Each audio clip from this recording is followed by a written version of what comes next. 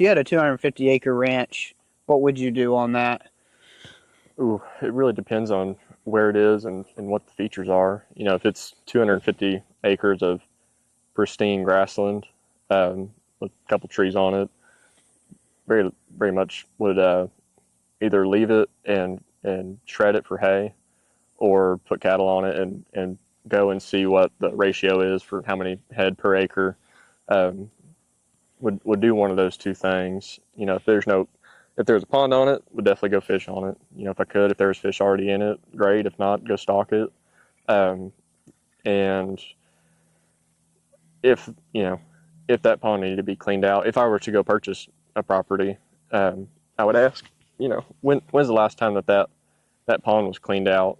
You know, was it 10 years ago? Was it when it was built?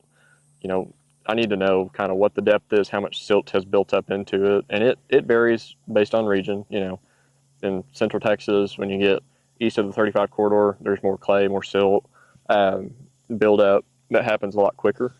Go through your grandfather's process of how often he did that on the properties he owned. He would do a third of his ponds every 3 to 5 years. Mm-hmm. Just he would have somebody go test it biannually and kind of see which ponds needed it most. We were working with a couple of ponds, a couple hundred, and so he would test them, see which ones needed to be done, and then have them go do them all at one time. And they'd go in. We would seine each of the ponds, get all the fish out. That was a labor-intensive deal. Yeah. Get them all out, bring an excavator, and the excavator would go in, and they would claw, and they'd pull all that dirt out, and it really reinforced the dam, the banks kind of around it. That certainly helped us come hunting seasons. Oh, yeah. Being able to stalk ducks like that is so much easier than if they could see you from 200 yards away. Oh, yeah.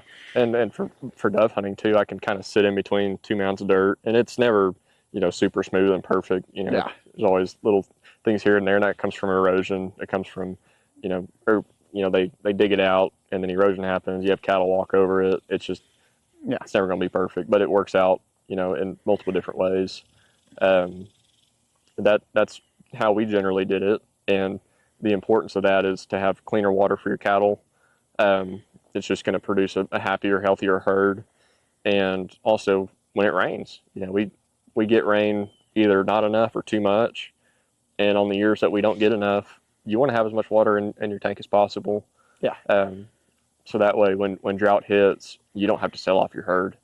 That's something we dealt with. I believe it was 2 years ago. Yeah, we had to sell off most of ours too. I mean, when that happens, you're taking a pretty big loss because everybody's doing that at the same time. So it just really hurts and cuts into profits really quickly. Yeah, you want to make your operation as drought-proof as possible, and that's difficult if you're not continuously maintaining and paying attention.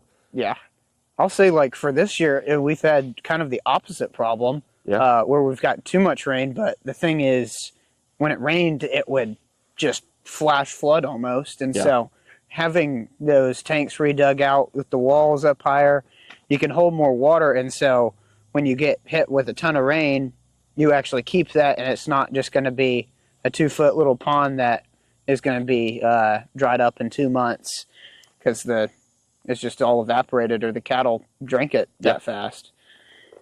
Yeah, and that also prevents them from going in and getting stuck too. Yeah, if it's been recently redug. Yep.